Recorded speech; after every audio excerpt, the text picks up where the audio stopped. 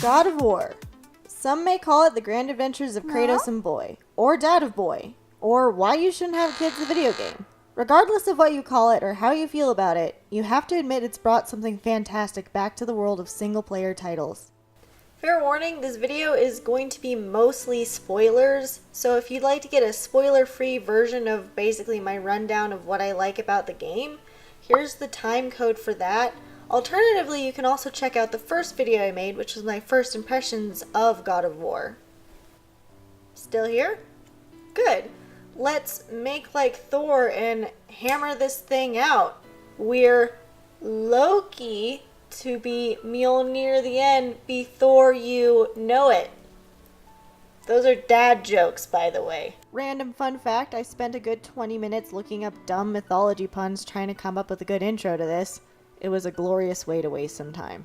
There is so much I love about God of War, and a few things I had an issue with, so I'm going to split my review into two sections. The game mechanics and the world building. First things first, thank you internet for not spoiling anything for me for once. This entire game managed to be a surprise, and for that I am forever grateful. Next, whose idea was it to make the photo mode? The game itself is so incredibly cinematic and beautiful, I've had so much fun messing around with photo mode to capture the sights around me. I wish more pretty games had this feature and I hope to see it utilized in the future. Anyway, back to the important stuff. The world is pretty small but it feels really big. Though you're limited in places to explore and realms to visit, Santa Monica Studios, which I'll be referring to as SMS from here on to save time, did a fantastic job of making it feel like it was sprawling despite the limited amount of space that was available to explore. As for the combat, I think they introduced the Chaos Blades at the perfect moment. Right as I got done maxing out my axe and really getting used to it, having that total shift in combat was so awesome. Because they were so fun to wield again, they became my primary weapon. Also, I'm sure I'm not the only one, but every time I use the blade throw, I think of Scorpion screaming, "Get over here!" In the comments of my last video, a viewer was kind enough to have a discussion with me about the aspects of the game they didn't like, and I wanted to touch on a couple of them because I noticed something similar in my own playthrough. The biggest thing I want to talk about is the repetition. You just said that, Namir. Did I? The puzzles are so much fun. The first time. Once you play the game for the second time, they're just annoying. Especially when you can't remember how you solved them the first time. What can I say? I'm impatient when I have to redo things. The combat gets a little repetitive. You kind of have to force yourself to switch it up and remember new combos if you don't want to spam the same 5 movesets over and over. I also wish maybe they included an extra skill tier where you can use the axe and the blades in quick succession, possibly at the same time? But they may have left such a thing out to use in a future game. I suppose we shall see. In a similar vein, I kind of had an issue with the repetition of the bosses. A lot of them are just reskinned versions of the first troll with some variations of skills, and I wish there had been a greater variety. I have the same feeling with the smaller enemies of the game, which also seem to repeat pretty frequently.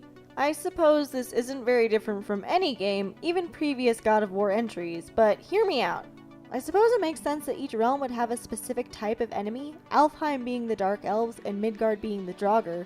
I just wish there had been greater differences among them across the explorable realms. Quick side note, isn't Freya concerned that there are a bunch of aggressive little critters that just hang out outside of her house? I mean, it's probably not an issue because she's Freya, but still. Actually, I think that's an excellent segue into the story. I'd like to start by mentioning the supporting characters. It's been a long time since I've encountered such a great cast of interesting characters. Their interactions with Kratos in the game always had me looking forward to seeing them, even if only for a brief moment. Brock and Sindri take on what could be considered tropes of the smart-mouthed jerk and the high-strung neat freak, but it's done so well that I didn't even think to categorize it until I was making notes for my video. Sorry, will you excuse me? Oh. Well, that was useless. Mimir has become my all-time favorite companion because he's so entertaining. Alistair Duncan did a fantastic job characterizing him. It's in the nature of things. Extremes are tempered by time. Fires burn colder, men grow old and grey, heads are chopped off and attached to belts.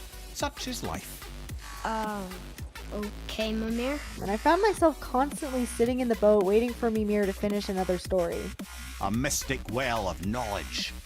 Or rather, I should say, a well of water laced with enough mystic mushrooms to make a god see visions.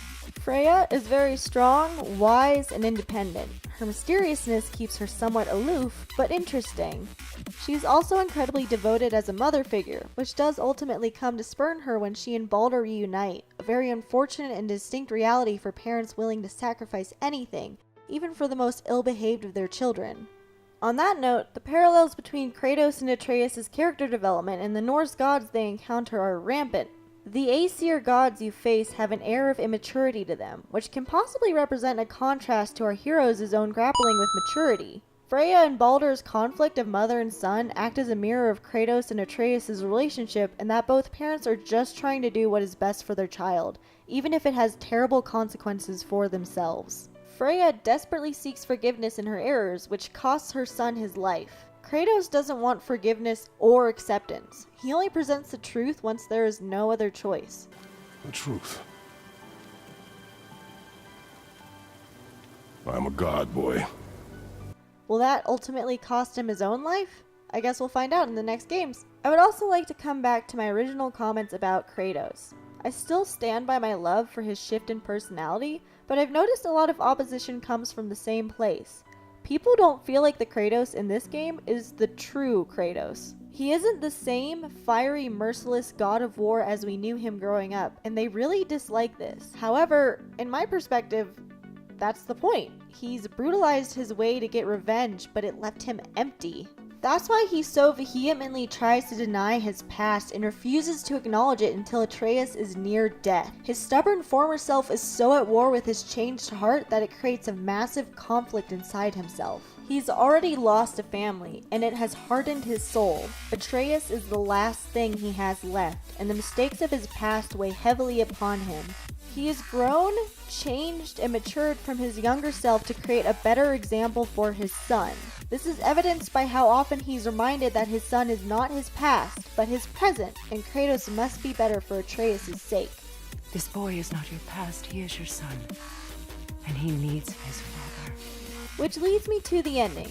The game felt kind of like it ended a little abruptly. The Baldur fight was awesome, and a ton of fun to play, but I didn't realize it was the final boss fight of the story. It was just done. You stop putzing around, you go to Jotunheim, and finally, the game is over. I don't know what I was expecting. Thor to fall out of the sky and yeet Kratos with Mjolnir. Even though it felt a little sudden, I still really loved it. It tied a nice bow on the game, but it still left plenty of options for the sequel. In summary, God of War has been such a fantastic game to play.